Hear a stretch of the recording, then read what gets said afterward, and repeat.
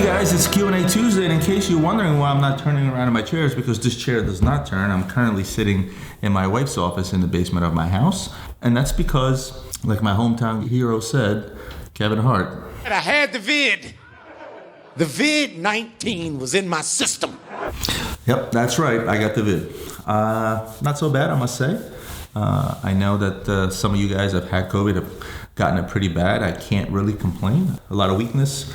Still have my sense of smell. Still have my sense of taste. Still have my sense of humor. So not as bad as I thought it would be. In fact, if anybody gets COVID, I wish for them to get it just like I did, because I'm not really experiencing that tough of a time. Again, it's only been a couple of days, but I guess we'll see. But I am feeling better than I did the day before. So as they say, show must go on.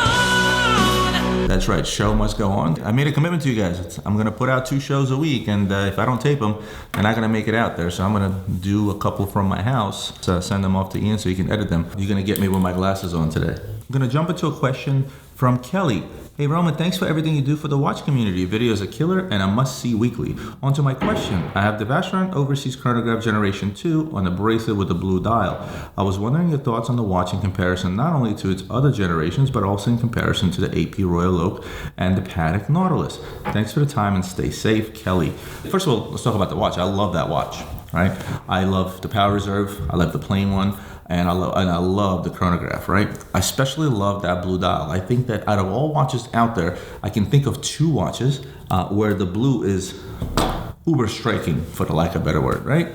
And Vacheron would probably be number 1, with the Omega Snoopy watch being number 2. And the only reason I put the Omega Snoopy watch at number 2 because it's not a full blue dial, it's blue subdials and the blue bezel, but the blue color, both in the Vacheron Overseas chronograph or the plain one or the Power Reserve, is very, very striking. Getting a little geeky on the color side of things, but in comparison to my favorite brand, AP for say, I wish that some of the Blue Royal Oaks, the waffle dials, were as striking or as or as glossy, I should say, as that of a Vacheron Overseas. It's definitely a beautiful dial. To compare it to the last generations, what is there to compare? It's actually, I can make a generic statement in that regard, and that is if you look at previous versions of pretty much every watch brand and every watch line out there, with time they become more refined. For the most cases, they become larger. The bracelets become better and tighter. Some of the older Vacherons, the bracelets tended to get a bit loose and sort of, flaky. You get that cheap feel, where with the newer bracelets, they put together better, I should say, right? Gives you that hand fit feeling where it just really sits there really, really tight. To compare it to the Nautilus and to compare it to Royal Oaks, it's really not fair. We're living in the world of stainless steel sports watch mania, we'll call it that, right? Where every sports model trades to the roof, to include the Vacheron, comparatively speaking, right? You'd be hard pressed to get out to find a Vacheron chronograph, especially the blue dial, for less than retail, right? The plain model is trading slightly over list. Yes, there's not such a big craze in regards to the Vacheron Overseas, let's say in comparison to the Nautilus, especially now that it's been discontinued, people are asking $100,000 for it. We're getting to a point in the market where these manufacturers, always said that, listen, they watch the market, they know what's going on, and they're watching it and they're loving it. Well, now I think they're going to start getting to a point where they're not loving what's going on out there right now. It's only a matter of time until you price yourself out of the market. When a 5711 right now starts trading at $100,000, at some point, people are going to say this is bonkers, right? And they're going to start looking for alternatives. And honestly, I can't think of a better alternative to a sports chronograph in stainless steel than that of a Vacheron Constantine Overseas, especially with that beautiful blue dial. Kelly, I hope that answers your question. Hello? Hello?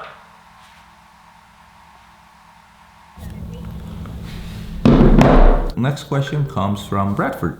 And Bradford writes, hey Roman, as always, thank you for your amazing videos and content. Your channel is fantastic. Do you think the Rolex Yachtmaster 11622 Rhodium dial is a future collectible? Do you think the Yachtmaster line will never get much love? I personally think this is the most underrated model in the Rolex lineup, but the price has been going up lately on Chrono 24. This was the first Rolex I ever purchased, and I still think it's one of the most beautiful watches I've ever seen. Thank you, sir. Well, in short, no. And I'll explain. And I think I talked about this before. I told you, once a model is dubbed to be a bit of a dog, right? i.e. not a popular model, it tends to stay with it throughout time. The original Rhodium dial did not do too well to begin with. And it wasn't until Yachtmaster 2 until the Yachtmaster line really took off. They're trying to do their best to sort of keep a line going that has never really been popular to begin with. The fact that the prices are climbing on Corona 24, of course they're climbing. With time, everything climbs. And plus we're living in the world of, the biggest Rolex hype I've ever seen in my career. The popular models are always going to bring up the brand overall, which means it'll bring up all the other pieces. So yes, in the future, this watch is probably going to be worth more money than, let's say, you may have paid for it. I don't think you tell me when you bought it, but whenever it is that you bought it, right? But in reality, it's not that future collectible. Even those dogs have their day because they don't make that many of them, but they made a lot of Yachtmasters. It's actually a more popular model than you think. They did make a lot of them. But what I always say, if this is the watch that you like, don't worry about its future collectability. At the end of the day, most Rolexes are still money in the bank, so it's something you can always take off your wrist, cash out on, and buy yourself something else. Hope that helps. Here's an interesting question from Tom. Hey Roman, thank you for all the information and insight you graciously share with us multiple times a week. I hope you and your family and staff stay healthy and safe. Well, I got COVID, but I am safe. My question is about the Tudor hype and a lack of hype this year. In July, Tudor released the Black Bay 58 Blue Dial with 3 variations: bracelet, leather band, and cloth band. The hype was through the roof. Just about every watch YouTuber quickly had videos up within a few weeks. You still can't get them in most ADs. About 2 months later, Tudor released the Royal in 52 variations, multiple choices in dial, size, color, materials, etc., yet almost zero hype nor any excitement from these same YouTubers. It seems only a few little-known reviewers have bothered to post videos covering the Tudor Royal.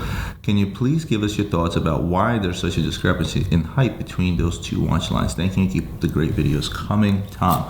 I'm not gonna per se answer in regards to the different Tudors, right? I'm not very versed in Tudors. We don't sell a lot of them. We don't trade a lot of them. Here and there, a few pieces come in, we buy and sell, we take and trade, but not something that I've sold throughout the years and can actually comment on the market. What I can't comment on is that very interesting point that you brought up in regards to, wait a minute, one day this one watch gets all the hype, and then the next day, same brand, same different watch, the hype is not as big.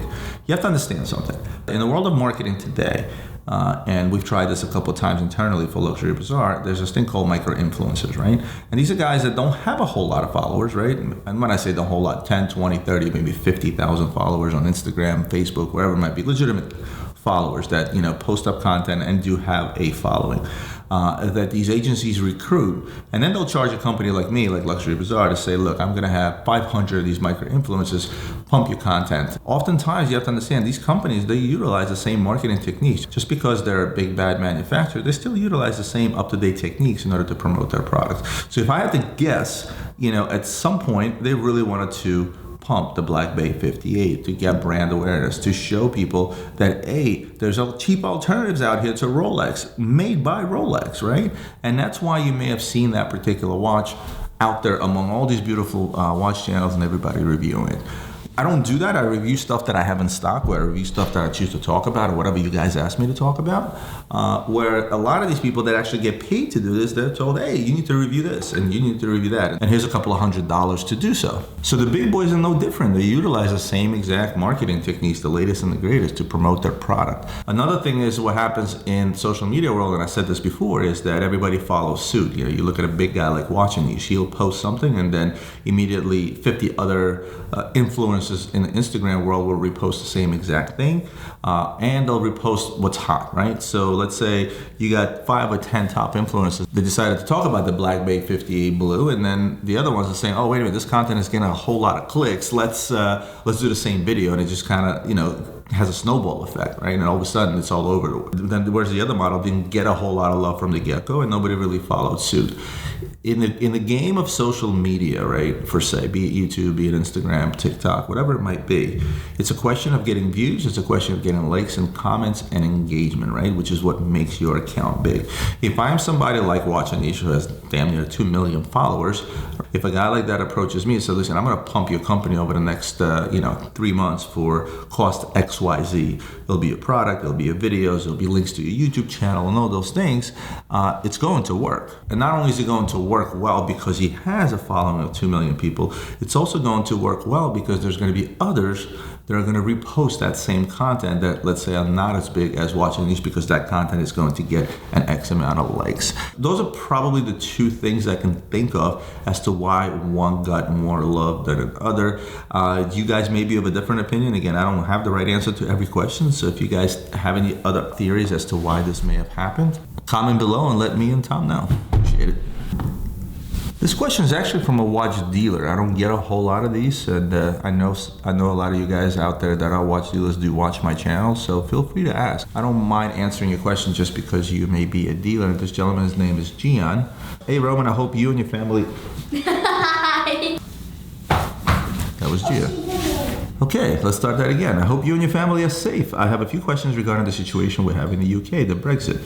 I am a watch dealer myself. I've been doing this over 3 years. So far, the business has been good, and surprisingly, it has been excellent during COVID-19 period and 2021 looking promising. However, as you may know, the UK is coming out of the EU in the next 10 days. If they do not make any trade deal with the EU, there will be customs duty charges with the EU countries. And this will affect my business heavily as I have a lot of customers in the EU countries, probably 60% of my current business with the EU.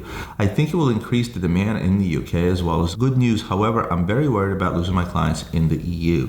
What do you think about the situation? Do you think it will affect the UK watch market very badly, or is it an opportunity for dealers in the UK since the people in the UK will have no chance to buy in another country as there will be a 25% additional cost when they purchase goods abroad? I'm also planning to invest and open an office in Germany or Greece where I can still supply my clients in the EU if the business suffers in the first quarter of 2021.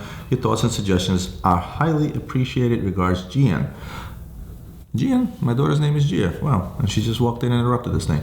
Anyway, let's break this down real quick. First of all, 2020 was a great year indeed. I keep saying every few videos or so, when this first thing started, I put out a video about how this whole COVID thing is not going to do anything to our industry. It didn't.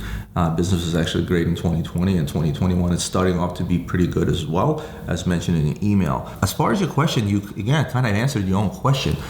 If you're living in an area with 66 million people, this is the population of UK today, these people had a lot of options when it came to buying watches. In fact, I know a ton of European dealers that did business in the UK.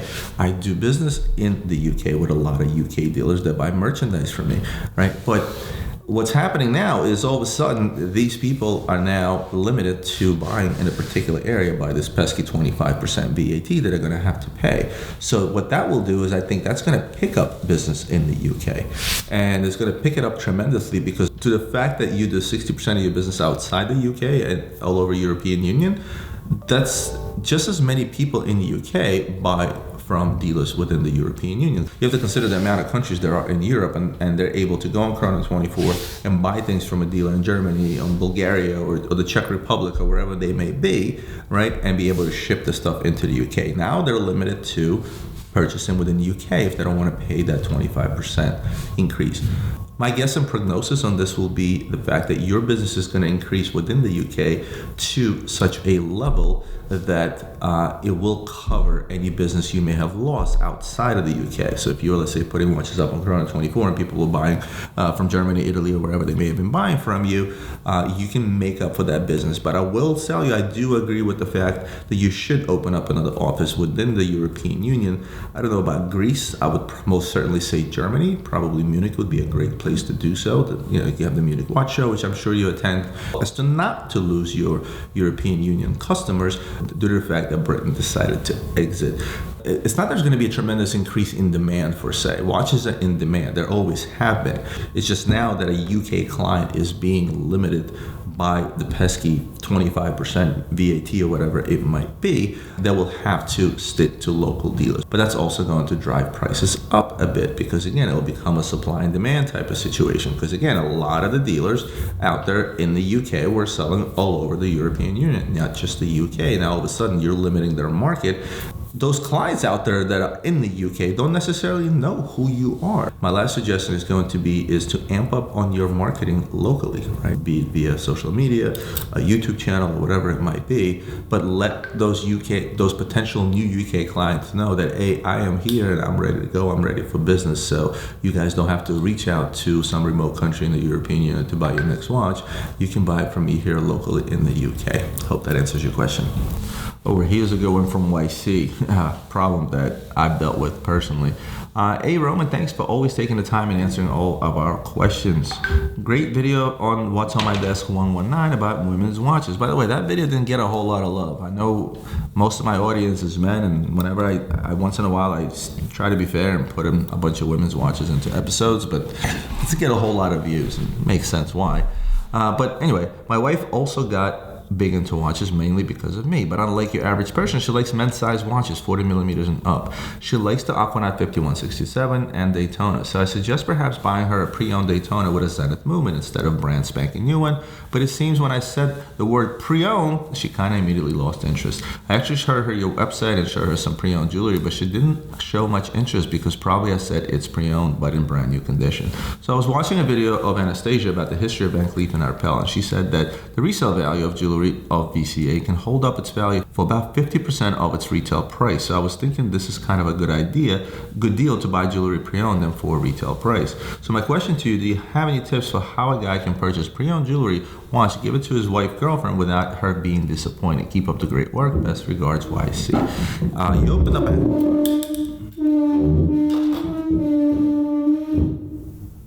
You bring up a good topic. It's funny how guys don't mind anything pre-owned, right? For the most part. Here's the same exact watch in brand new condition. It is pre-owned. Somebody had it for 2 years. It was cleaned up, serviced, blah, blah, blah, blah. And this is going to cost you $8, but the new one is going to cost you $10. And the minute you put that one on your wrist, it's going to be worth $8. They don't care, right? These are usually guys that don't care about resale value. These are usually guys that never sell their stuff. Oh, these just might be guys that may be superstitious, that think that, hey, there may be bad karma with the previous owner or something of that nature. Ladies are even worse when it comes to that. They look at watches and jewelry as if they're buying somebody's secondhand dress, right? Or shirt, or a pair of pants. I don't want something that somebody else wore, right? That's exactly how they look at it. Basically take it from two perspectives. First, from the monetary perspective, to say that, hey, these are all expensive toys, but they're still a significant investment of money. Not an investment, but a significant investment of money, meaning we're spending a lot of money on these things. And some of these things, let's say if you decide to trade it up in the future or change it for something else, you're going to end up losing X amount of value, which is why it pays to go for a particular watch pre-owned. So that's one aspect where you can explain, like, look, I can buy you something for 20 grand. It's going to be brand spanking new, but you know what? In 3-4 years, if you decide to resell it, you're going to take a hit for the fact that it's used to at least to the tune of 20-30%. So why not take that savings up front? At the same token, explain to her that just because something is pre-owned doesn't mean it's going to come with a chewed up strap or a beat up bracelet or all scratched up, because again, I guess depending on who you buy from, but if you buy from a company like me, for example, that watch will come to you like new.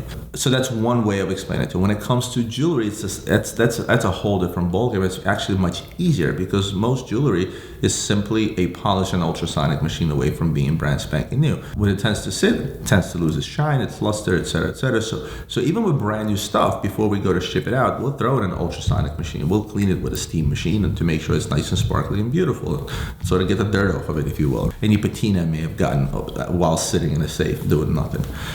Same goes for pre-owned jewelry. If you go into my website and you go into the estate jewelry section, if I didn't tell you that particular piece was estate, you wouldn't know, right? Because again, we polish everything.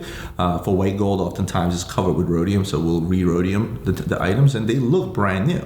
It's just we classify them as estate because we know that they're estate, because we bought them from estate sales or estate wholesalers and things of that nature, right? With jewelry, you shouldn't even worry about it, because jewelry, whether it's new or used or previously owned, it's always going to look new. Van Cleef is actually a bad example. There's some estate Van Cleef pieces that we have that trade over its original retail value because they're so collectible. And Van Cleef tends to hold its value very well, along with certain pieces of Bulgari and Cartier and things of that nature. And a lot of the older stuff from Cartier, from Bulgari, some of the bigger houses, they actually tend to sell over its original retail tag, which brings you to the next convincing point, is if you go to buy estate jewelry, you often find pieces which you can no longer find that are somewhat collectible that nobody else will have, because again, not many were made and they're not being made anymore in that particular style. And trends change. There are times where vintage jewelry is hot. There are times that vintage jewelry is not so hot. Kind of all goes up and down in terms of particular current trends. And especially if you're talking about a Zenith Daytona, you have to explain to her that's already a vintage watch, right? That is a vintage collectible watch. And oftentimes you'd be surprised how many calls I get from guys that say, hey, my wife wants a gold Rolex, but she wants it like vintage looking. right? I'm like, what do you mean? Like vintage looking, right? A Rolex that has been worn for 30 years is kind of very hard to make look brand spanking new because it just wears off over time. But a lot of times people go for that particular look, right? So that's what I would suggest you do, is to have that conversation with your significant other and physically show them, like, look, here's an item from Chopard that in Chopard's boutique costs, $12,000. Here it is online for $4,000. That's a humongous difference, right? And I think that with that, you can probably easily get through to your significant other. So I hope that helps. Here's a question from Donald Roman. This is Donald from Singapore. I've been a fan and subscribed to your channel for about half a year. What up? Just got into Miami. Congratulations. Thanks, dog. And that's on camera. Yeah, well, what's poppin'? Where are you gonna go? Now we'll find out on the next episode. I got you. Bye. Can't say I've watched all your videos, but I really enjoy watching both Q&A Tuesdays and What's on My Desk. I have a small watch collection, including 2 Rolexes, a GMT 116710LN, bought at an AD in 2018, I got lucky, and the Air King 116900, bought in 2019, unworn from a dealer. I recently noticed a gray patch on a seconds hand at the center of the Lume plot of my Air King. Then I inspect my GMT closely, naked eye without a loop, and I also have the same flaw. Less obvious on the second hands, but also seen on 10 and 11 o'clock markers. I suspect there will be more under a loop. I tried looking at the wrist shot photos I took when I got the watch. There was no patch. I'm not sure whether my phone camera was not able to pick up the gray patch or did it discolor over time. I then took a look at my coworker's 42mm Explorer 2 and also noticed the same flaw on the seconds hand. Is this Lume issue common to Rolex? From a dealer perspective, does it affect the resale value of the watch? 2, should I bring it into RSC? Will they address the issue? And if they change the hands and dial, will this affect the resale value of the watch? I don't treat my watches as investments, but as savings that I get to enjoy on my wrist. Thank you for reading my long email. Happy New Year to you. I hope 2021 is a better year for everyone. Donald. Okay, so let's talk about Lume issues. Lume issues do tend to be common across Rolexes and other brands that use a Lume on their dials for various reasons.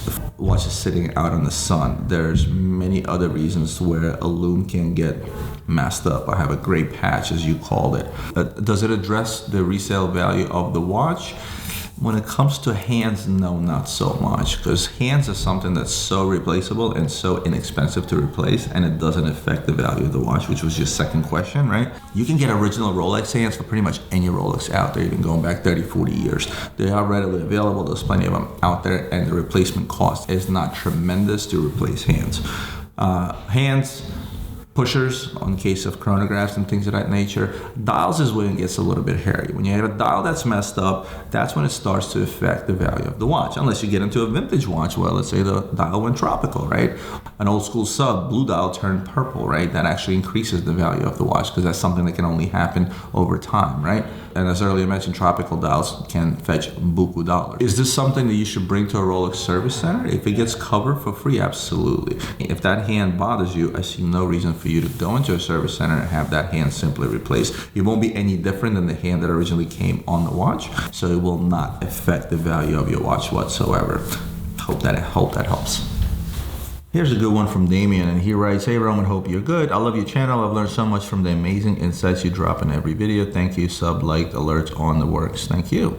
I've been fascinated with watches my whole life, but for some reason never indulged myself. I recently reached a milestone and decided that now is the time. I started out looking for Rolex because they're beautifully designed, timeless, robust, and hold their value over time. I'm not willing to play the AD game for years, and the secondary market prices just keep going up and up to a point where I'm looking at other brands. I guess my question is, at what price point does Rolex become an absurd symbol of hype? I saw a new unworn Brigade Type 21 3810 for the same price as a pre-owned Datejust 41 black dial fluted bezel Jubilee bracelet for slightly more. I can also get a mint condition pre-owned vacheron Constantine Quai de Lille, which has double Geneva seals. I know you always say get the watch you love, but it's so hard to ignore the Rolex hype and associate that with the intrinsic value that makes you love them, maybe more than you should. What do you think about the Brigade and the vacheron, especially as an alternative to a Datejust 41? There's no question that the vacheron and the Brigade are both watches that are completely in a different realm, that of a Datejust 21. Again, it's just a Datejust. That's why it's called Datejust, right? Just a date watch. It's the crazy world that we live in today. I've done numerous episodes. The last Watches and Whiskey, right? Me and Adrian did a little small episode of Watch Wars. He brought out a Richard Mille Diver, right? Not the most popular Richard Mille model. The watch was $65,000, and for $45,000 $35,000, I showed a Patek 5059 perpetual calendar retrograde, right? A watch that's just far and beyond that of a Richard Mille from a horological perspective. But what all that means is that what's more important to you, right?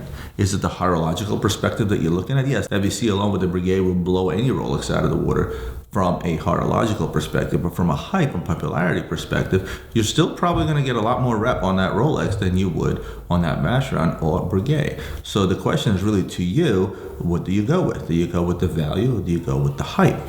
And I never really said ignore the Rolex hype, or any hype for that matter. I've always said that, listen, there's nothing wrong with hype. There's nothing wrong with wanting to have something on your wrist that turns heads, that's popular, that people will instantly recognize. Much like I always said, somebody that buys a Ferrari and tells you they bought it for the mechanic. Every single one of Ferrari owners enjoys turning a head every time he pulls into anywhere, pretty much. There are a few exceptions out there. For the most part, I tell you, there's nothing wrong with showing off. So to answer your question, yes, Breguet, vacheron, both of those watches. In fact, I think I showed a Quai du Lille on one of my shows along with the Breguet Type 21. I'm sure I did a What's on My Desk on both of them, right? The history behind the Breguet. I own the original Breguet Type 20 that was given to French pilots, right?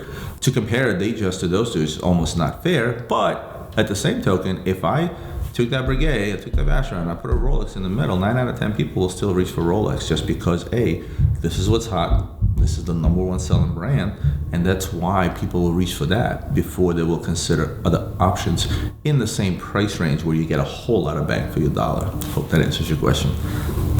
Next question from Mohammed, and Mohammed writes, Здравствуйте, Roman, which means hello, Roman in Russian. I've been a fan of the channel since the first time I came across it. I don't know how to quite explain it, but you have always come across so personable and genuine. I happen to think being foreign has a little bit to do with it. I'm from Bosnia and have always felt Eastern European values are just different. Thank you for that, actually, and I will agree. People from different places tend to have different values and different cultures, so that makes sense, obviously, and probably why it makes sense why you relate to a lot of the stuff that I say. My question for your next Q&A is, an immigrant to this country, do you feel that early struggle you and your family felt was a good thing for you? Also, do you think you would be where you were now if things may were just handed to you and you didn't have to put in hard work and sacrifice? I personally feel that many immigrants come to this country and make great things happen because we fight through that struggle. I think through struggle, one sees the world differently and appreciates it more. Sorry for the long ramble. Hope my question makes some kind of sense. Keep up the awesome work and best wishes from Seattle, Mohammed. Well, because we share the same values. I'm taping. Like, what are you doing? Do I have to lock the door? Like, seriously? Well, Mohammed, I'll tell you this. It's a question I've often asked myself. Where would I be today if something was handed to me? If I was born with a silver spoon in my mouth? Would I be as motivated to make something of myself if I didn't grow up in a 400 square foot apartment in Brooklyn, New York, and slept in a kitchen with my sister on a bunk bed? It's a big if, and unfortunately nobody has an answer to that question because I wasn't born with a silver spoon in my mouth. But I can relate to, let's say, my kids. Do I have to lock the door? Like, seriously? I always strive for bigger and better things because when you don't have shit, you want shit. And that's just the bottom line, right? That doesn't necessarily mean that every single immigrant that comes to this country with nothing makes something of himself. I know plenty of guys, my peers, they came to this country around the same time frame I did, which was back in 1988, that didn't make a whole lot out of themselves. They're not a great success. Of course, it's also a question of how does one measure success. Success is not necessarily a monetary value, right? Success is having, a healthy life, a beautiful family and children, and so on and so forth. That success is not necessarily measured by a big house or a fancy car in the garage and fancy watches, right? But oftentimes we attribute success to financial success, right? For me, it was a motivator. You have to also remember that I wasn't the one that came to this country poor, right? It was my dad that brought me here. And he didn't become a humongous success. His success is translated through me, where now I am successful, right? Listen, he's worked various jobs, and some pretty crappy jobs in the beginning due to a language barrier, finally landing a job more or less in the field that he was in, which he was an engineer, but he never made millions of dollars, right? But his success is measured to the fact that he was able to raise his kids, educate his kids, make sure that they're out there in the real world, making a good living and becoming a success. And that generation often measures success monetarily, right? So now that he sees me being well off and me being able to take care of him now that he's older, to him that's actually great success. Having grown up up with nothing motivated me. But oftentimes that same thing will demotivate people, right? Where when somebody is growing up with having absolutely nothing, no silver spoon in their mouth, and growing up poor, oftentimes they lose faith, they lose motivation to make something of themselves and to say to them, listen, this is what I'm destined for because this is what I'm growing up around, so I'm going to continue living the way I'm living even when I grow up, right?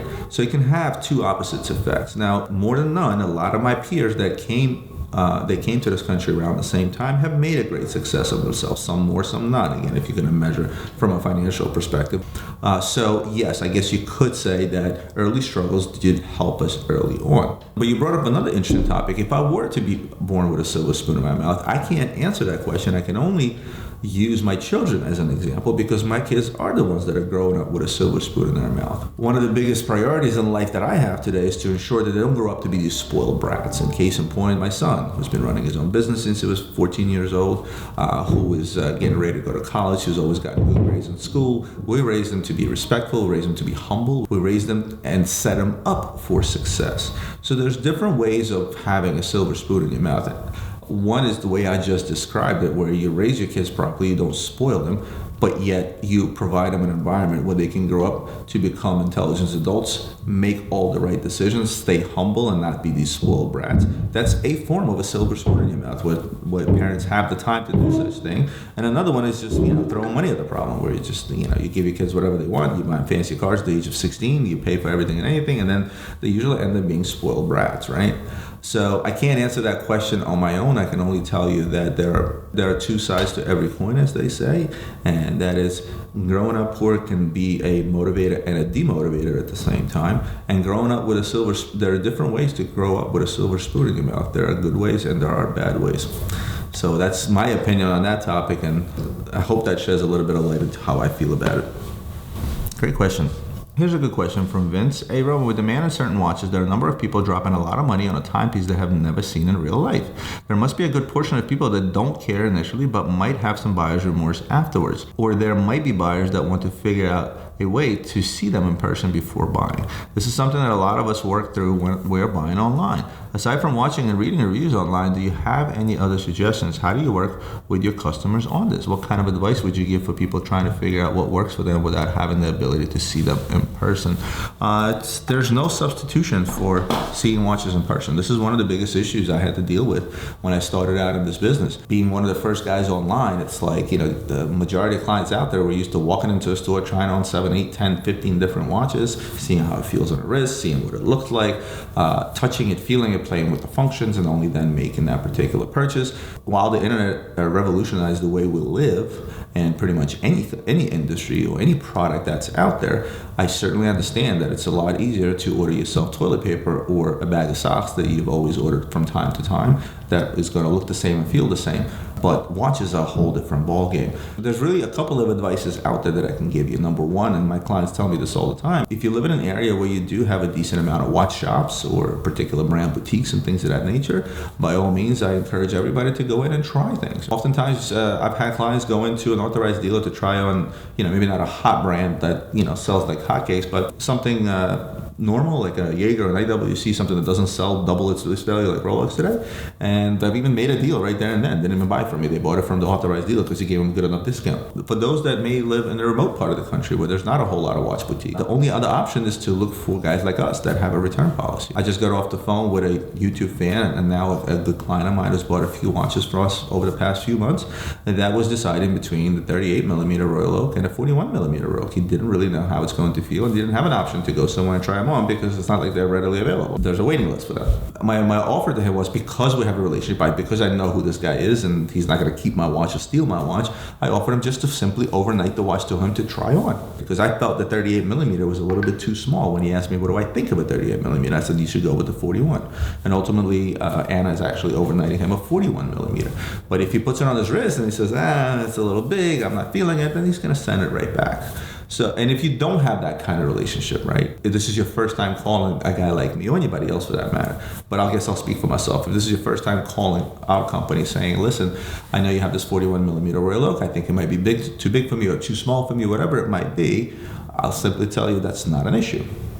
You'll pay for the watch. You'll have the watch tomorrow. You don't like it, you put it right back in the box for full refund, no questions asked, right? We always say, I don't care if your next door neighbor doesn't like the watch, you can return it for any reason.